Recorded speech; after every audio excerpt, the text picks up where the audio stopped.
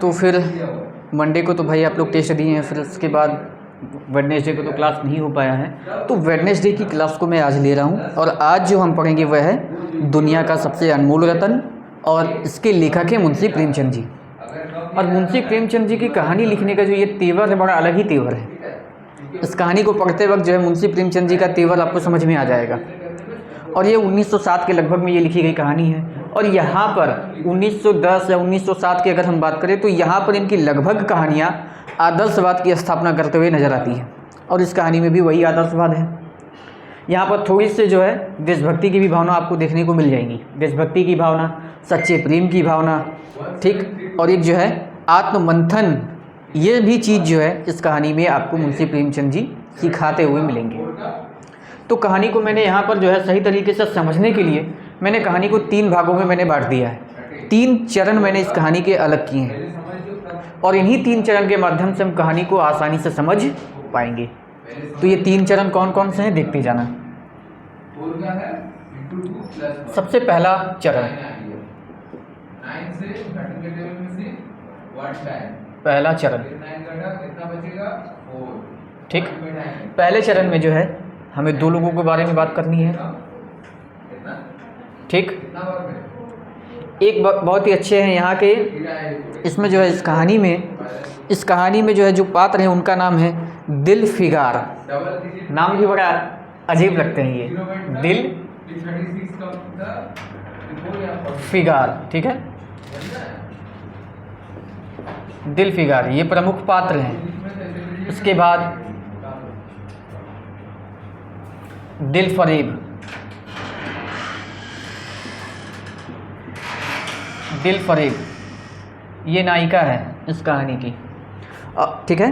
दिल फरेब, मलका दिल फरेब। और इन्हीं दोनों को जो है लेकर के ये पूरी की पूरी कहानी है। कहानी यहाँ पर स्टार्ट होती है कैसे, देखो। ये जो दिल फिगार साहब जो है वो दिल फरेब के पीछे इतना दीवाना है कि भाई इनके लिए वो कुछ भी करने के लिए तैयार है, इतना ज़्यादा प्रेम, ठीक। तो होता क्या है कि ये दिल फिगार साहब इनके पीछे बहुत दिलो जान से जान निछावर करने वाले ये प्रेमी हैं। ये क्या करते हैं, इनसे मिलने के लिए, इनको पाने के लिए ये एक कटीले पेड़ के नीचे बैठ कर के इनका इंतजार कर रहे होते हैं। कहते हैं कि जब तक मैं उनसे मिल नहीं लूँगा तब तक मैं बाहर या फिर इस जगह से, इस कटीले पेड़ के नीचे से मैं जाऊँगा ही नहीं। इन्हें फिर बुलाया जाता है, ठीक। तो फिर यहाँ पर दिल फरेब जो है ये एक राजघराने की है। तो दिल फरेब की जो है जो कोई भी व्यक्ति दिल फरेब से शादी करेगा तो दिल फरेब यहाँ पर कहती है कि मुझसे जो है विवाह करने की एक शर्त है, जो दुनिया की सबसे बेशकीमती चीज़ ले आएगा मैं उसी से प्रेम करूँगी, उसी से शादी करूँगी। अब भाई यहाँ पर तो बात खड़ी हो गई। यहाँ पर जो है बेचारी ये सुन लिए कि भाई दुनिया की सबसे अनमोल रतन लेकर के आनी है। और फिर बाद में जो है ये बात होने के बाद तुरंत ही जो चौबेदार होते हैं या फिर जो चौकीदार होते हैं ये इनको घसीट के उठा के लेके चल जाते हैं। चलो बहुत बड़े प्रेमी हो, बाहर निकलो ज़रा, है ना। ये होता है प्रेम में, अधिकतर इंसान जो है, अधिकतर इनकी स्थिति ऐसे ही बन जाती है। तो इनको जो है घसीट करके बाहर लेके जाया जाता है। अब ये बेचारे परेशान हैं, इनको बहुत ज़्यादा पसंद भी करते हैं। इनको पाए तो पाए कैसे, समस्या अब ये आ गई है। और अधिकतर व्यक्ति जिस चीज़ को ज़्यादा पसंद करता है, जिनको बहुत ज़्यादा वो प्रेम करता है, और उसे पाने की ललक भी उसके अंदर उतनी ही तीव्र होती है। अब इनके बिना रहा नहीं जा रहा है। ऊपर से इन्होंने ऐसी चीज़ मांग ली है कि जो दुनिया की सबसे अनमोल चीज़ है उन्हीं को देना है। तो ये बेचारे काम करे तो करे कैसे। परेशान होकर के खुदा से जो है बार बार जो है यह दुआ ही मांग रहे हैं कि हे खुदा तुम आप जो है मेरी मदद कर लीजिए किसी तरीके से, जो मैं अपनी महबूबा को मैं प्राप्त कर सकूं। और यहाँ पे ये बेचारे हताश होकर, निराश होकर के चुपचाप बैठ जाते हैं। करे तो करे क्या, दुनिया की सबसे अनमोल रतन, भाई अनमोल जो चीज़ है ये कहाँ से मिलेगी। मैं तो एक छोटा सा गरीब सा इंसान हूँ, एक प्रेमी हूँ जिसे मैं चाहता हूँ, लेकिन मिलेगी कहाँ से। भूखे प्यासे बेचारे बैठे रहे। अचानक से मन हुआ कि चलो यार कुछ भी वो देखा जाए। अचानक से उठे और चल पड़े। यहाँ पर अब शुरू होगा दूसरा चरण। दूसरा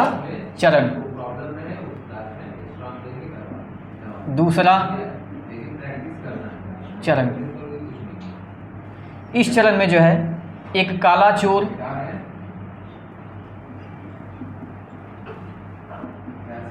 काला चोर के बारे में आप जानेंगे।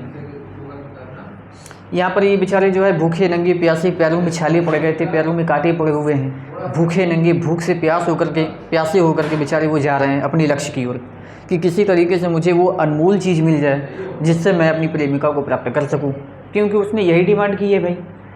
तो ये बेचारे चल पड़ते हैं और जाते जाते काफ़ी दूर में जो है देखते हैं कि हज़ारों लोगों की झुंड बनी हुई है। ठीक, चित्र के माध्यम से समझो, ऐसे ऐसे करके जो है हज़ारों लोगों की झुंड बनी हुई है और यहाँ पर जो है एक चोर है जो हाथों में बेड़िया, पैरों में बेड़िया लगी हुई है और यहाँ पर जो है काजी लोग हैं। ठीक, ये लोग बैठे हुए हैं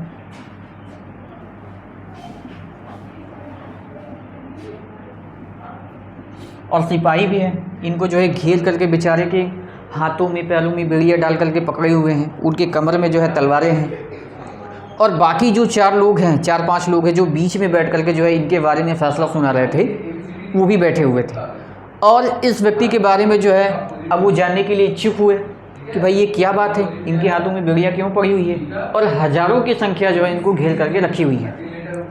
और अधिकतर जानती हो कि जहाँ पर झगड़ा हो, जहाँ पर थोड़े झमेले हो रहे हो, दंगा फसाद हो रहा है, तो कुछ ऐसे व्यक्ति होते हैं जिनको बड़ा इंटरेस्ट होता है कि जाए थोड़ा वहाँ से जा कर के देखिए वहाँ क्या मिर्च मसाला चल रहा है।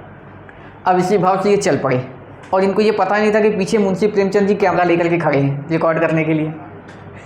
अब ये चल पड़े यहाँ जानने, उनके बारे में जानने के लिए। अब ये गए जाने तो पता चला कि ये बेचारे ऐसे व्यक्ति हैं जिनके दामन में केवल खून के छींटे ही छींटे।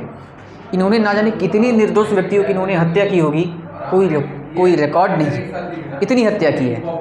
और फिर बाद में जो है अंत में जो है यह फैसला सुनाया जाता है कि इससे जो है मार दिया जाए, फांसी दिया जाए, सूली पे टांग दिया जाए। ठीक, अब सूली पे टांगने वाले होते हैं तभी जो एक बच्चा है मुस्कुराता हुआ, जैसे कि बचपन में हम लोग ये डंडा लेकर के नहीं जाते हैं, ऐसे नहीं, ऐसे कर लो, थोड़ा अच्छा हो, रोचक हो डंडा। ठीक, बच्चे की आदत है, जैसे कि हम लोग बहुत बचपन में जब पहले हमारे यहाँ पर बाट हुआ करते थे, मैदान थे, तो हम लोग डंडा लेकर के जो है घोड़े दौड़ा रहे थे। घोड़े के ऊपर हमें बैठ के दौड़ना होता है, तो हम डंडा को जो ऐसे पीछे निकाल लेते, डंडा ऐसे पकड़े ऐसे जा रहे हैं, ये हो गया हमारी घोड़ा हो गया, ये हमारा घोड़सवार है। तो चोर की नज़र पड़ी इस बच्चे पर। ठीक, इस पर जो है क्या पड़ी, नज़र, और इसको देखते ही इसे जो है अपने बचपन के बारे में सारी की सारी बातें याद आ गई कि भाई मैं भी अपने बचपन में ऐसा ही बच्चा था, मासूम, सीधा साधा, ईमानदार, मन में किसी तरीके का कोई पाप नहीं, ना ही दामन में खून के छींटे। ये भी उन्हें याद आता है कि किस तरीके से माँ उनको जो है अपनी गोद में बिठा करके सिर रख करके उनको जो है खाना खिलाया करती थी। और ये सारी चीज़ें उनको याद आते ही बेचारे उनकी आंखों से जो है आंसू टपक पड़ते हैं। और जैसे इनको फांसी के लिए ले जा रहे होते हैं सैनिक, तो ये कहते हैं कि मेरी एक आखिरी इच्छा है। तो तुरंत जो है उनको फांसी से उठाया जाता है कि भाई ठीक है, बताओ क्या इच्छा है, आखिर मर तो रहे हो, इस दुनिया को आप छोड़ने वाले हो, तो आपकी अंतिम इच्छा क्या है वो बताओ और मैं आपकी पूरी करूँगा। तो उन्होंने कहा कि मेरी ये बेड़िया खोल दीजिए, मैं एक बार उस बच्चे को जो है अपनी गोद में उठा करके उसके सिर को जो मैं चूमना चाहता हूँ। सभी लोग वहाँ पर खड़े हैं। बेचारा चोर गया, बच्चे को उठाया, गोद में लिया और उसके माथे पर जो एक हल्का सा चुंबन ले करके उसे छोड़ दिया। और उसकी आंखों से जो है पश्चाताप की आंसू टपक रही है कि मैं बचपन में इतना सीधा साधा था, इतना भोला भाला था जैसे कि ये बच्चा है। आज दुनिया ने इतना मुझे बदल दिया कि दुनिया के चक्कर में मैं पड़ करके इतना आज मैं बदल गया कि मैंने निर्दोष लोगों की हत्या की और उसकी खून के छींटे आज मेरे दामन पर लगे हुए हैं। और वो सोचता है कि मैं इतना कैसे बदल गया जो इतना सीधा साधा इसी बच्चे की तरह मैं भी था। और अंत में इसे फांसी दे दी जाती है। लेकिन फांसी देने से पहले जैसे ही इसकी 2 बूंद टपकते हैं आँखों से, वैसे ही जो इन्हें लगता है, कौन, दिल फिगार साहब को, कि अरे भाई दुनिया की सबसे बड़ी अनमोल रत्न तो यही है, क्योंकि ये पश्चाताप के आंसू हैं। जा कर के उन आंसुओं को अपनी हथेली में रोक लेते हैं, रोक करके कहते हैं कि दुनिया की सबसे अनमोल चीज़ ये है और इसी को मैं क्या करूँगा, दिल फरेब को भेंट दूँगा। और ये लेकर के चल पड़ते हैं, जाओ अंदर हैं सर। तो ये जो है लेकर के चल पड़ते हैं कि, लेकिन फिर बाद में मन में इनकी निराशा भी होती है कि भाई अब क्या करें, अब हो सकता है कि वो मुझे नकार दे, क्रोध भरे नज़रों से मुझे देखे, कहे कि ये क्या चीज़ लेकर के आए हो, ठीक। तो लेकिन फिर भी बोलते हैं यार छोड़ो, कोई दिक्कत की बात नहीं है, चलते हैं लेकर के। मेरे नज़र में तो यही सबसे बड़ी अनमोल चीज़ है, पश्चाताप की आंसू। लेकर के बेचारे चल देते हैं, लेकर के गए। बाहर जो है हवेली के बाहर जो है जो पहरेदार होते हैं वो खड़े थे। उन्होंने कहा कि उनकी जो है आशिक आए हुए हैं, ज़रा उनसे कहिए कि भाई मुझे मिलना है और मैंने दुनिया के सबसे अनमोल चीज़ उनको मैं खोज करके मैं ले आया हूँ, ठीक। तो फिर ये लोग जाते हैं, दिल फरेब को कहते हैं कि जो है वो आया हुआ है, वो कह रहा है कि उनके पास जो है दुनिया की सबसे अनमोल चीज़ है और उसने जो है सफलता प्राप्त कर ली है, उसे पाने में। तो फिर उन्हें ऊपर बुलाया जाता है। तो पहले के ज़माने में जो है औरतें जो है कभी भी किसी पराये मर्द के सामने नहीं आया करती, ठीक। तो पर्दा गिरा हुआ था, ये बेचारे गए वहाँ पर, कहा कि ये मैंने जो है काला चोर की जो है आंखों से पश्चाताप की जो आंसू टपक रही थी, उन आंसुओं को मैं अपने हथेली पे लेकर के आया हूँ और ये दुनिया की सबसे बड़ी अनमोल रत्न है ये। तो वो जो है देखती हैं, बातों को सुनती है, सारी कहानियाँ जो है दिल फरेब को बताते हैं। सारी कहानियाँ सुनने के बाद उनका भी हृदय पिघल जाता है। कहते हैं कि वाकई में ये बात तो सत्य है कि ये दुनिया की सबसे अनमोल चीज़ है, लेकिन इससे भी बड़ी अनमोल चीज़ है। अब जाओ इससे भी बड़ी जो अनमोल चीज़ है उसे लेकर के आओ, क्योंकि ये उतनी बड़ी चीज़ नहीं है। लेकिन मैं तुम्हारी भावनाओं की कद्र करती हूँ, जो ये तुम लेकर के आए हो इसकी भी मैं कद्र करती हूँ कि ये भी भाई वाकई में अनमोल चीज़ है, लेकिन इससे भी बड़ी अनमोल चीज़ है। जाओ तुम अब उसे लेकर के आओ, ठीक, उससे लेकर के आओ। अब बेचारे इनको जो है ये बोल करके चली गई। हल्की सी उनको झलक दिखी। अधिकतर प्रेमी और प्रेमिकाओं में होता क्या है कि आजकल तो अलग अलग ऐसे ऐसे वेब सीरीज़ निकले कि जहाँ पर कॉल में ये लोग बातचीत कर रहे हैं, कॉल में प्रेम हो गया। अब देखने की ललक बढ़ा कर रही है कि कैसे भी भाई नेत्रों को जो है वो देखने का सुख प्राप्त हो। तो वैसे ये भी बेचारे परेशान थे कि इनको भी देखना है अपनी प्रेमिका को, इन्हें भी देखना है, करे तो करे क्या, है परेशान। एक छोटी सी झलक दिखी, तब तक जो है चौकीदार आए, बोले कि पकड़े कॉलर, चल बाहर निकल, बाहर आ जा पहले, जितनी जल्दी हो। फिर बेचारे ये परेशान हुए, करे तो करे क्या भाई, देखने की इच्छा जो है बहुत बड़ी थी, लेकिन देख नहीं पाए। फिर ये बेचारे हताश हुए, फिर परेशान हुए कि मैं क्या करूं, खुदा भी मेरी मदद नहीं कर रहा है, खुदा भी मेरी मदद नहीं कर रहा है। बहुत परेशान हुआ। फिर भूखे नंगे, अब यहाँ पर जो है तीसरा चरण आरंभ होगा। तीसरा चरण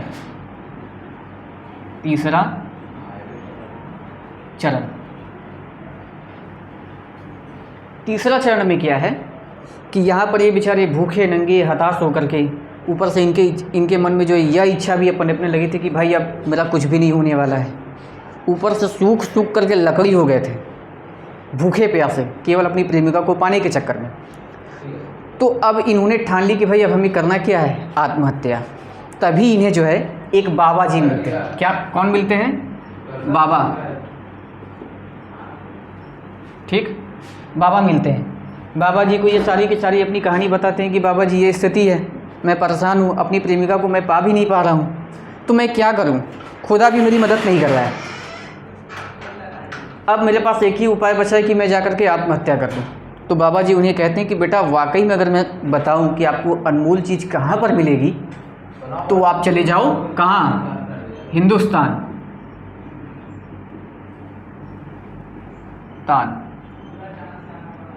ठीक, हिंदुस्तान चले जाओ। वहाँ पर जो है आपको दुनिया की सबसे अनमोल चीज़ मिल जाएगी। और ये मैं दावे के साथ कह रहा हूँ कि आप हिंदुस्तान चले जाओ। फिर वो बिना सोचे समझे, भूख प्यास से तो बेचारा मर ही रहा है, एकदम सूख करके लकड़ी जैसा हो गया है। इसके बावजूद भी वो अपनी प्रेमिका को पाने के लिए वो एकदम जोश में, एकदम ज़ोर शोर से वो चल पड़ता है। कई नदियाँ, कई पहाड़, सभी को पार करते करते वो पहुंचता है। आखिर पहुंचते ही जो है एक मैदान मिलती है उसे। उस मैदान में भाई लाशों की ढेर लगी हुई है, हर जगह खून ही खून है। कोई के सिर कटे हुए हैं, किसी की पैर कटे हुए हैं, किसी की गर्दन गायब है, तो कोई बीच से कटा हुआ है। ऐसी स्थितियों में मिलते हैं। तभी एक व्यक्ति मिलता है जिनके हाथों में तलवार है और वो जीवित है, उसकी सांसें चल रही है।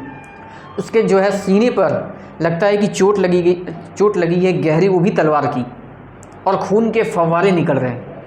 वो जाते हैं, देखते हैं, उनकी तो पहले ही बुद्धि जो है कुंद हो गई थी।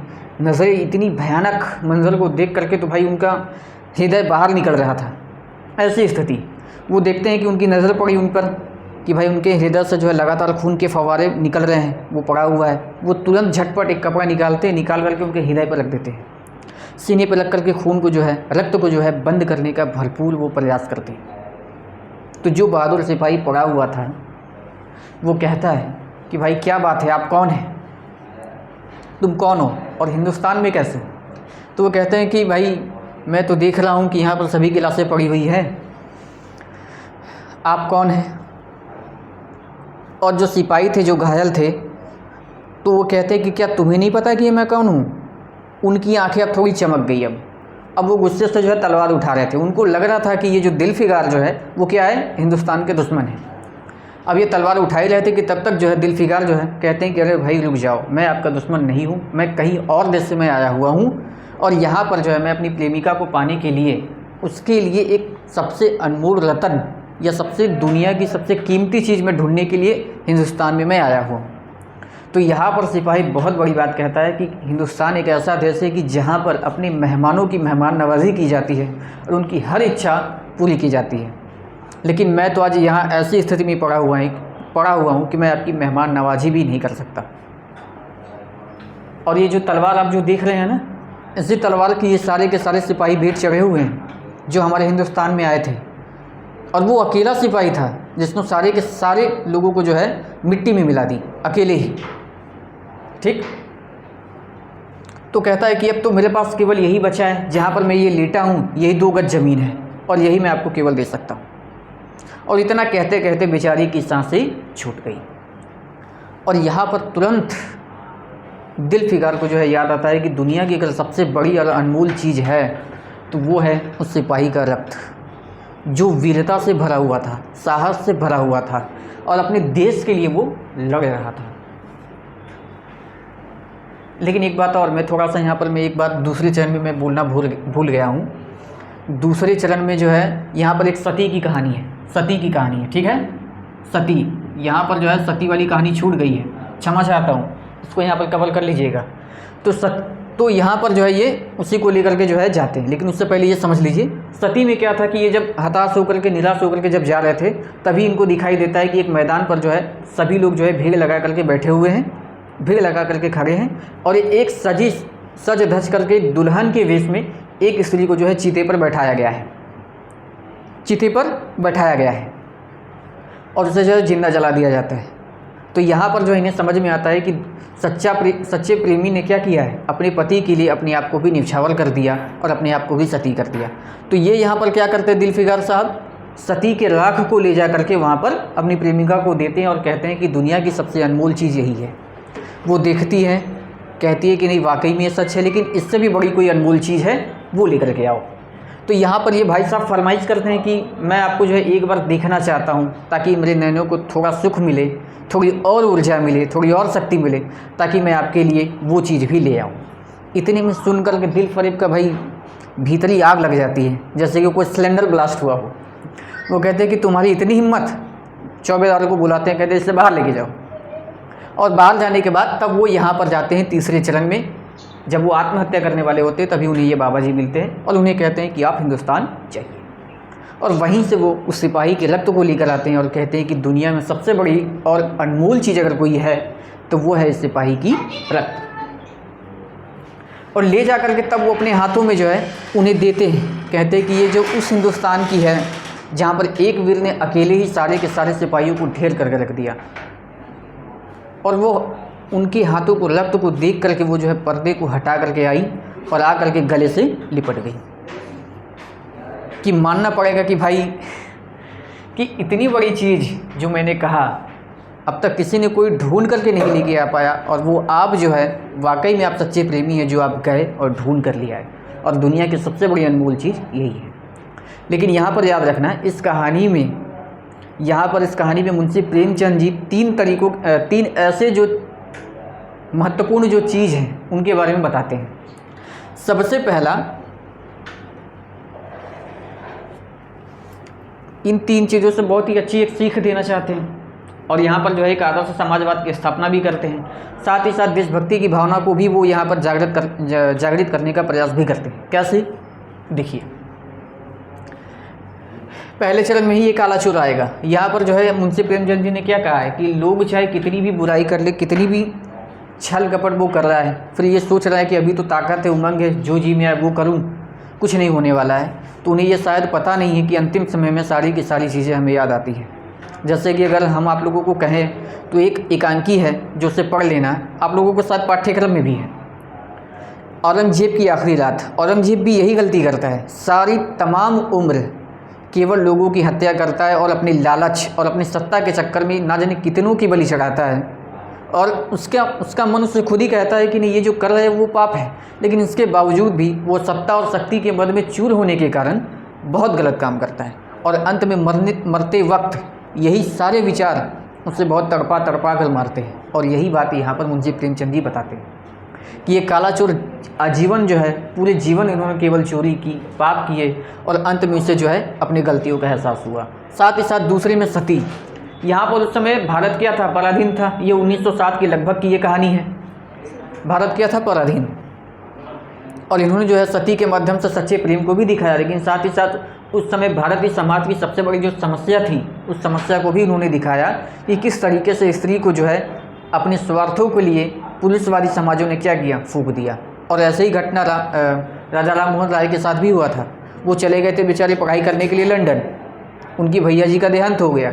और आज के ज़माने की तरह टेलीफोन या स्मार्टफोन वगैरह, ठीक, लेटर वगैरह भेजने की ये सारी प्रक्रियाएं उस समय ज़माने में नहीं थी।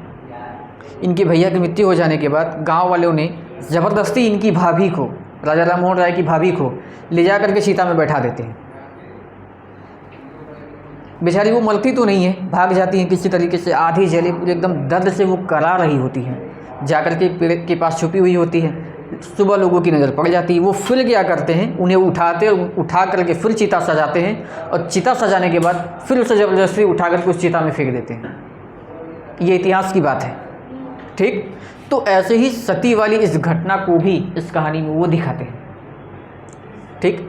तीसरे चरण में ये हिंदुस्तान की वीरता। तो यहाँ पर देशभक्ति की भावना कैसे, क्योंकि यहाँ पर एक सिपाही अकेले ही जो है अपनी मातृभूमि की रक्षा करने के लिए वो सभी को अपने तलवारों के सामने ढेर कर देता है, और ख़ुद भी ढेर होने के बावजूद भी उसके चेहरे पर जो है अपनी देशभक्ति की लालिमा झलक रही होती है। तो यहाँ पर जो है सबसे बड़ी समस्या को उन्होंने जो है दिखाने का प्रयास किया, और साथ ही साथ देशभक्ति की भावना को भी सामान्य जनता के भीतर जगाने का प्रयास भी किया, ठीक। तो चलिए, मैं आशा करता हूँ कि ये कहानी आप लोगों को पूरी अच्छी तरीके से समझ में आई होगी। और मैंने लास्ट में ये भी बता दिया है कि इस कहानी से किस तरीके से मुंशी प्रेमचंद जी यहाँ पर आदर्श समाज की स्थापना करते हैं, ठीक। मिलते हैं अगले क्लास में। अगर आपको कहीं भी दिक्कत हो तो कृपया करके हमें बताइएगा कमेंट के माध्यम से, और मैं आपकी सारी समस्याओं को सुलझाने का भरपूर प्रयास करूँगा, ठीक है। आप में से किसी को कोई दिक्कत, कहानी पूरी तरीके से समझ में आई है? कहानी के जब ये पढ़ोगी, अच्छा इसमें याद रखना विशेष तौर पर इसमें जो है उर्दू, ठीक है, उर्दू के शब्द, फारसी के शब्द बहुत ज़्यादा है। इस कहानी को पढ़ते वक्त आपको जो है ये सारी की सारी चीज़ें आपको मिलेंगी, ठीक ना। तो इसीलिए मैंने इनको जो है 3 चरणों में बांट करके इस तरीके से समझाने का मैंने पूरा प्रयास किया है। अब ये आप लोग बताएं कि किस तरीके से आपको समझ में आया है या नहीं। और ये काला चोर वाली कहानी जो है ये चरण 1 में होगा, ठीक है, पहला चरण में होगा, और ये चरण 2 में ये सती होगा, 3rd चरण में ये बाबा वाली कहानी, ठीक है। तो आज की कक्षा हम यहीं पर समाप्त करते हैं। मिलते हैं अगली कक्षा में, और अगली कक्षा कल ही होगी, ठीक है। मिलते हैं कल की कक्षा में। धन्यवाद।